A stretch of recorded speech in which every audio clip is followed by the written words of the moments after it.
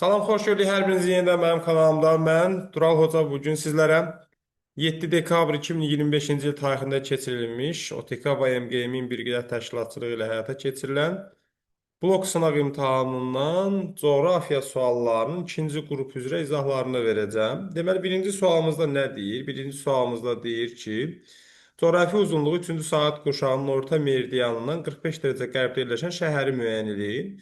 3-cü saat qurşağının orta meridianı 3 vurulsun 15 bərabərdir 45 dərəcə şərq uzunluğudur. 45 dərəcə şərq uzunluğundan 45 dərəcə qərbə keçsək sıfıra gəlib çatmış olacaq. Yəni 45 dərəcə şərq uzunluğundan 45 dərəcə dala qayıtsaq, qərbə doğru getsək 0-cı meridiana çatmış olacaq. Bu şəhər, burada yerləşən şəhər isə London şəhəridir, Y variantı. 32-ci sualda deyir ki, relyef aidlərinə uyğun gələn xüsusiyyətləri müəyyən edin. Orinoco balığını verib, La Plata, Orta Sibir, Anadolu. Cənub və qərb yarımkürələrində yerləşirsə, bu La Platadır, çünki ekvatordan cənubdadır. Subekvatorial iqlim qurşağında yerləşirsə, bu Orinoco ola bilər. Mülayim iqlim qurşağının kontinental tipi isə Sibirdir bu. Geosinknaldırsa Anadolu yaylasıdır. Deməli 2, 1, 3, 4 olmalıdır ardıcıllıq. 2, 1, 3, 4 isə D variantındadır burada. 33-cü sualda biraz bizdən hesablama istəyəcək, amma bu çox da çətin hesablama olmamalıdır. Çünki atmosfer bölməsində kifayət qədər bu tipli suallar var. 30 Cesi havada 1 kub metr havanın nisbi rütubətliliyi 65%-dir. Temperatur, yəni faktiki bu dəqiqə baxaq da 100%-i neçə qramdır? 100%-i 30 qramdır. 100%-i 30 qramdırsa, bəs 65%-i neçə qram olar? Bu zaman nə görürük biz? 30-a 65-ə vuranda 2100 eləyir. 2100-ü də 100-ə bölsək 21 qram. Yəni faktiki bu dəqiqə 21 qram var. Temperaturda 30 Selsidir. 30 Selsidən 10 Selsi aşağı düşsə 20 Selsiyə düşəcək temperatur. 20 Selsidirsə 17 qram su buxarı saxlaya bilir 20 Selsi. Amma bizim faktiki nə qədər su buxarımız var? 21 qram, düzdürmü? 21 qram, yox 21 qram yox. Düzəldək bunu. 30-u 65-ə vuranda 21 eləmir. Deməli 30-u 65-ə vursaq, mən 70-ə vurmuşam. Deməli, daha doğrusu 60-ı 35 vurub nəzərimdə tutmuşam. Bu zaman 30-u 65-ə vuranda 19,5 qram edir. 19,5 qram, 21 yox. Düzəldək. O zaman 19,5-dən çıxacaq neçəni? 17-ni. Qalacaq 2,5 qram. 2,5 qram su buxarı nə olacaq? Ayrılacaq. Cavabımız nədir burada? C variantıdır. Baxaq, 34-cü sual biraz məntiq istəyir. Diqqətlə baxın, adadır hər ikisi. Amma burada vulkan düşürür, burada isə mərcandır. İndi bizdən vulkanik adalar istəyir. Vulkanik ada İslandiya 1, vulkanik ada Hava 2, amma 4 Newfoundland vulkanik ada deyil. Burada pozulub. Və burada biz mərcan mənşəladı ola bilər. Burada Maldivlər olsun. Okey. Amma burada bu Kalimantanı göstərir yəqin ki, olmaz. Yəni burada vulkanik ada deyil də burada materik tipli ada olar.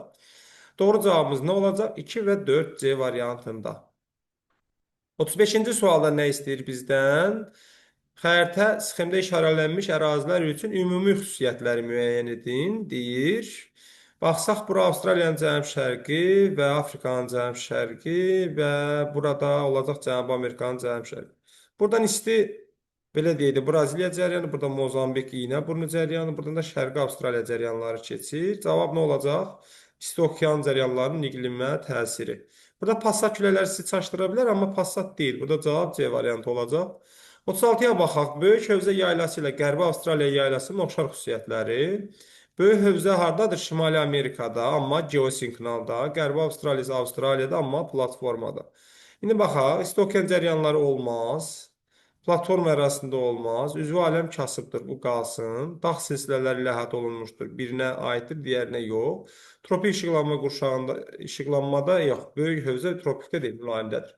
Amma hər ikisində səhra var, hər ikisində də avtomatik üzvü aləm kasıb olacaq. 37-ci suala baxaq. Afrikanın şimal hissəsinin cənuba nisbətən daha quraq olmasının səbəbi. Bu sual hardasa materiklərin fiziki, coğrafi, belə deyək, mövqeyi və relyefində var, ya da iqlimində də olmalıdır bu sual. Yəni, birinci isə toplu testlərdə bu suala oxşar, buna yaxın, yaxud elə bu sualın eynisi var, yəni, məzmun etibarilə. Ona görə də cavab nə olmalıdır burada? Daha geniş ərazi tutması, Yəni cənubunda da, şimalda da hər ikisində eynən hava axınları olar. Qərb küləklərinin təsiri olmaz. Sonra Atlantik Okean sahillərində soyuq okean cəryanının keçməsi hər ikisində cənubundan keçir, hər ikisinin qərbindən keçir. Günəş şəlainin böyük bucağının hər ikisinə düşə bilər, amma şimal isə daha genişdir deyə orada kontinentallıq çoxdur. 38-ə baxırıq. Əlamətlərin aid olduğu okean cəryanını istəyir. Sakit okeanda yerləşirsə, biz mussonu çıxarıq, Golf strimi çıxarıq, kənarı çıxarıq. Alyaska qalır, Krosiyon. Asiya qitəsinin iqliminə təsir göstərir. Alyaskanın avtomatik axı qalır cavab nə? C variantı, Krosiyon. İsti cəryandır. 39. Karst relyef formaları hansı yarımadada geniş yayılmışdır? Kiçik Asiyada olmaz, Skandinaviyada olmaz, Pirineydə olmaz, Apenində olmaz, amma Balkanda olar. Müəyyən qədər mübahisəli sualdır deyə düşünürəm, amma burada yəni karst relyef formaları karst belə deyək də platosunda, yəni Balkan yarımadasında bu adla başlanılma adlanmağa, amma biz istənilən halda karst relyef formasında fərqli-fərqli yerlərdə rast gələ bilərik. Bu sualda doğru cavab B, Y variantı olacaq, amma istənilən halda bu sual tam 100% doğru sualdır deyə düşünmürəm. Sonra 40-cı sual, ərazidə mümkün buxarlanmanın kəmiyyəti, mümkün buxarlanmanın, deməli istilikdir. Harda olmalıdır? Məxrəcdə. 1800 məxrəcdə olmalıdır. Rütubətlənmə əmsalı isə bərabərdir 1,5-ə. Hə, bu nə deməkdir? Deməli bunun sürəti neçədirsə, onu 1800-ə böləndə biz 1,5-ə almışıq. Həmin o yağıntı, yəni sürəti tapmaq üçün biz nə edəcəyik? 1,5-i qaytarıb 1800-ə vuracaq. Bu da edir 2400. 2400 hardadır bəs? 2400 yox, 2700. Nəsə bu günləri mən hesablamalarda ciddi səhvlərə yol verirəm. Cavabımız B variantıdır. 41-ci suala baxaq.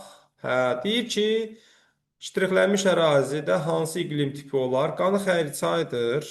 Böyük Qafqazın cənub-şərqidir. Böyük Qafqazın şimal-şərqidir. Bir də burada Böyük Qafqazın cənub yamanında müəyyən hündürlük. Mülayim istidir də, yəni burada artıq çox da müzakirə eləməyə ehtiyac yoxdur. Mülayim isti iqlimin qışı quraq keçəni var, yayı quraq keçəni var, bərabər yağıntılısı var burada. 42-yə baxaq, aralıqla qırmızının fərqli oxşar xüsusiyyətlərini istəyir. Boğaz vasitəsilə dünya okeanına birləşir hər ikisi. Subtropik iqlim qurşağında yerləşir. Subtropik iqlim qurşağında yerləşən Aralıq dənizidir. Çünki Qırmızı dəniz tropikə düşür. Şimal tropik xətti keçir hansından? Təbii ki, qırmızıdan. Geosinkronal ərazidə yerləşir hər ikisi. Çünki biri toqquşmada, biri aralanmadadır. Üç qitənin sahillərini yuyur. Bu üç qitədirsə deməli Aralıq dənizidir. Çünki Avropa, Asiya və Afrika. Amma mərcan mənşəli adalara rast gəlinə bilər burada Qırmızı dənizdə. Ardıcıllığımız belə olmalıdır. 2, 5, 3, 6. 2, 5, 3, 6 hansı variantdadır? B variantında. 43-ə baxırıq. Amazon və La Plata düzənlikləri üçün ümumi xüsusiyyətləri müəyyən edin. Denudasiya prosesləri üstünlük təşkil edir. Ya ovalıqlarda bunlar hər ikisi ovalıqdır. Ovalıqlarda denudasiya olmaz. Birləri ataq. Relyefində dördüncü dövr buzlaşma şimal ərazilərdə olar. 2 də olmaz. Cavab əslində belə də çıxmaq olar. Çıxarmaq olar. 3, 4, 3, 4. Çayların rolu böyükdür, alüvyaldır hər ikisi bəli. 3 ilə 4 doğrudur. 5. Qalxan hissələrdə yaylı olur. 5 səhvdir. 6-ya baxaq. Seysmik cəhətdən sabitdir. Bəli, platformanın enən hissələrindədir. Sabitdirlər hər ikisi də. 44-ə keçirik. 44-də nə deyir? Qaradəniz sahillərində yerləşən dağlar. Çox maraqlı sualdır, xoşum gəldi. Alt dağları deyil. Krım olar, Zagros olmaz, Kopet dağ olmaz. Qafqaz Taman yarımadasında gedib çıxır. Pont Türkiyənin şimal sahilləri, Krım da yəqin ki, elə Qaradəniz sahillərində olduğunu bilirsiniz. 1, 4, 6. Hansı variantdadır? Y variantında. 45-ə baxırıq. Yağıntıların orta illik miqdarı 600 min millimetr olan məntəqələri müəyyən edin deyir. Buradan Ordubadı silərik. Ağcabədini də silərik hardasa. Buradan Tərtəri çıxarmaq olar məntiqlə. Buradan Lənkəranda daha çoxdur, onu çıxarmaq olar. Buradan da Bərdəni çıxarmaq olar. Cavab burada C variantıdır. Biraz Cəlilabad burada mübahisəli kimi görünə bilər abituriyentlərə, amma Azərbaycanda yağıntıların paylanması xəritəsində Cəlilabadın müəyyən bir hissəsi, yəni daha çox yağıntı alan məntəqə kimi verilir. 46-ya baxaq. Xəritə sxemasında fiziki aşınmanın intensiv olduğu ərazilər, yəni isti quru əraziləri istəyir bizdən. Səhralar da, yəni dəqiq desək, səhra. 3-ü çıxarsan, 1-i çıxarsan, 5-i çıxarsan, cavab bu 2, 4 və 6 olar. Bu müəyyən qədər asan tapıla bilən suallar silsiləsindəndir. 47-yə baxırıq. Miqyas 300 mindir. Xəritə uzunluq 15-dir. Nə edəcəyik? Bu zaman biz miqyasın sadələşdirilmiş formasını, yəni 3-ü vuracaq 15-ə, alacaq 45. 45-i qaytarıb böləcəyik neçəyə? 5-ə. O da eləyəcək cavab neçə? 9. Bu da yəni asan suallar silsiləsindəndir. Yaza bilərsiniz bunu. Gələk yay gündönümü günü, gündüzün uzunluğunun daha çox olduğu məntəqələr, gündüzün uzunluğunun çox olduğu məntəqələr yay gündönümü şimal yarımkürəsində daha çox olduğu deyirsə, deməli gecəsi var, amma gündüz daha uzundur. Bu da 66.5-ə daha yaxın olan, amma aşağıda olan məntəqələr olmalıdır. Cavab nədir? Təbii ki, 1,6. 49. Xəritə üzərindəki hansı məlumatı vizual təhlil metodu ilə əldə etmək olar? Yəni adi gözlə. Məsafəni ölçməlisən, bu kartometrikdir. Sonra iqlim xüsusiyyətləri, ərazidəki çayların uzunluğunu ölçməlisən, yerli vaxt fərqini hesablamalısan, nisbi hündürlük fərqini hesablamalısan.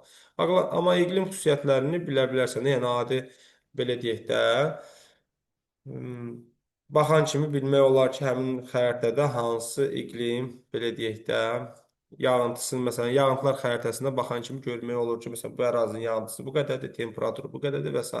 Yəni, bunu biz xəritə üzərindən dərhal görə bilirik. Amma nisbi hündürlük fərqini tapmaq üçün böyükdən balacanı çıxmalısan, yəni hesablama aparmalısan.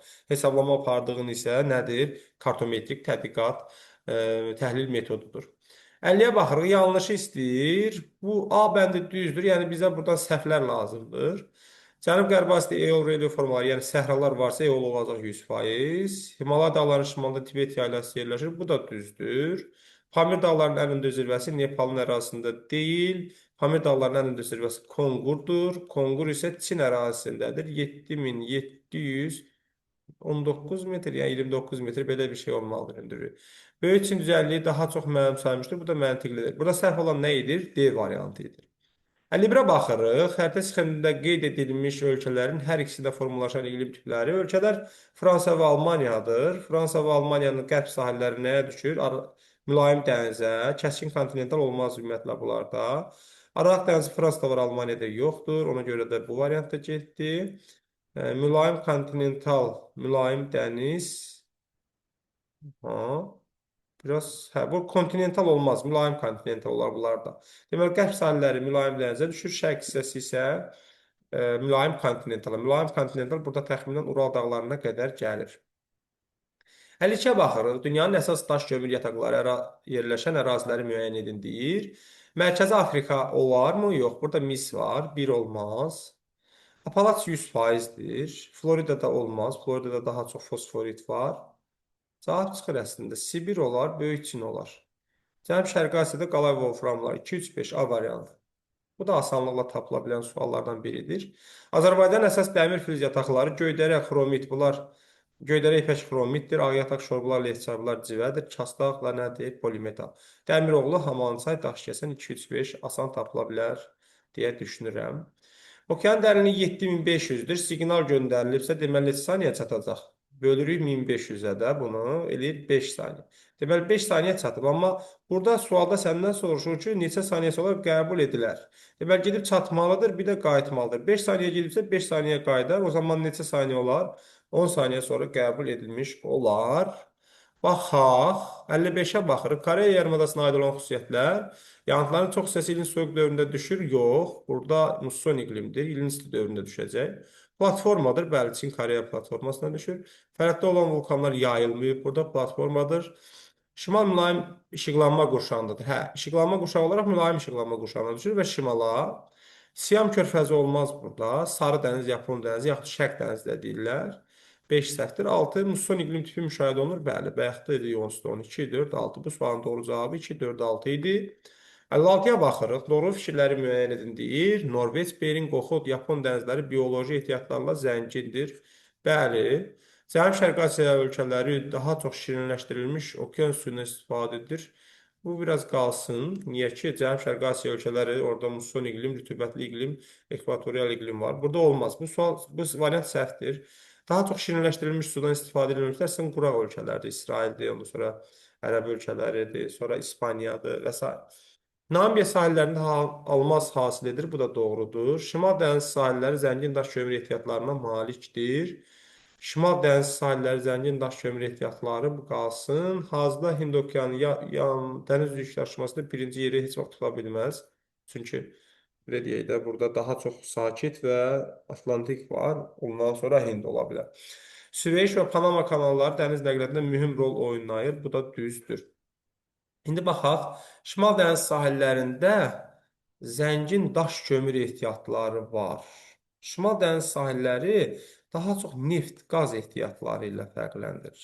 Burada bu biraz mübahisəli məqamdır, amma Norveç, Bering, Oxot, Yapon dənizləri, yəni bu sualın cavabı 1, 3, 6 olacaq. 4 biraz çaşdıra bilərsiniz. Şimal dənizində daha çox amma neft-qaz var. Böyük Britaniya, Danimarka, Niderland və Norveç buradan bu işlə məşğuldur, yəni çıxarırlar. Xüsusilə Norveç və Böyük Britaniyanı qeyd eləməlisiniz. Gələk situasiya, yox, 57 hələ var. Birinci tava hansı tavadır? Ərəbistan. İkinci tava hansıdır? Naska. Materik tipli yer qabığıdırsa birinci, yəni Ərəbistan. Həm materik, həm okean heç birisi.